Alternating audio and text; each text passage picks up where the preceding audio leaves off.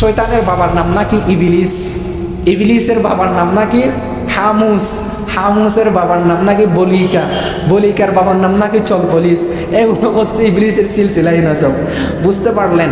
এই তাদেরও ইলম বেশি ছিল, কিন্তু ইবলিসের জ্ঞানের ভান্ডার ছিল, ইলম ছিল, জানা আছে কি নাই, মানা নাই।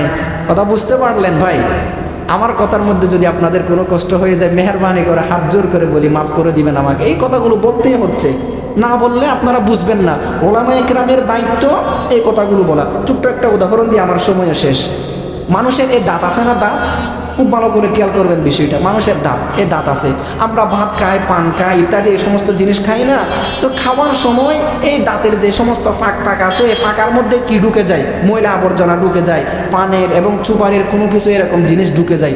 এরকম যদি জিনিস ঢুকে গেলে এখন কি করতে হয়? লাড়ি একটা নিয়ে গুঁতা দিতে হয়, তারপরে এটা বের হয়। আর না হয় বের হয় জিব্বা দিয়ে গুতাইতেই থাকে, গুতাইতেই থাকে। জিব্বা একটা নিয়ে গুঁতা দিতেই থাকে, গুঁতা দিতেই থাকে। জিব্বা দিয়ে যদি যখন কোনো কাজ না হয়, তখন কি করতে হয়? লাড়ি একটা নিয়ে গুঁতা দিতে হয়, তারপরে এটা বের হয়। কথা ঠিক না ঠিক? হ্যাঁ। আচ্ছা দেখেন, এই জিব্বা দিয়ে যে আমরা গুঁতা দিই, অথবা একটা লাড়ি নিয়ে যে আমরা যে গুঁতা দিই, জিব্বার কোনো স্বার্থ আছে? কথা বলেন না কেন? জিব্বার কোনো স্বার্থ আছে? এই যে একটা লাঠি নিয়ে আমরা যে গুঁতা দিলাম, এই লাঠির কোনো এই স্বার্থ আছে?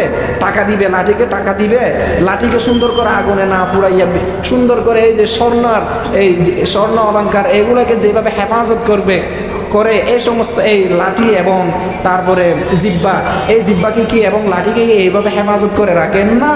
কিচ্ছু নাই, কোনো কিচ্ছু নাই, কোনো স্বার্থ নাই, তারপরেও গুতাইতে তাকে। ঠিক তেমনিভাবে উলামায়ে কেরাম হলো লাঠির মতো, উলামায়ে কেরাম হলো জিব্বার মতো।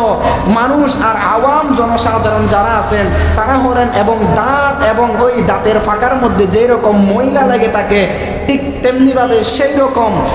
এখন আপনারা এই উদাহরণ থেকে, এই কথা থেকে বুঝেন, যেইভাবে দাঁতের ফাঁকার ভিতরে কোনো ময়লা লেগে থাকলে লাঠি দিয়ে এবং জিব্বা দিয়ে গুঁতা দিতে হয়, আর না হয় বের হয় না, ঠিক তেমনিভাবে আওয়াম জনসাধারণের অন্তরে, কলবের মধ্যে এবং তাদের আমলের মধ্যে কোনো শিরকি আকীদা যখন ঢুকে থাকে, কোনো ময়লা আবর্জনা যখন ঢুকে থাকে, যেইভাবে ওই দাঁতের ফাঁকা জায়গার মধ্যে জিব্বা দিয়ে গুঁতা দিতে হয়, লাঠি দিয়ে গুঁতা দিতে হয়, ঠিক তেমনিভাবে উলামায়ে কেরামও ওই আওয়াম জনসাধারণকে, আওয়াম ভাইদেরকে এইভাবে ওয়াজ করতেই থাকে।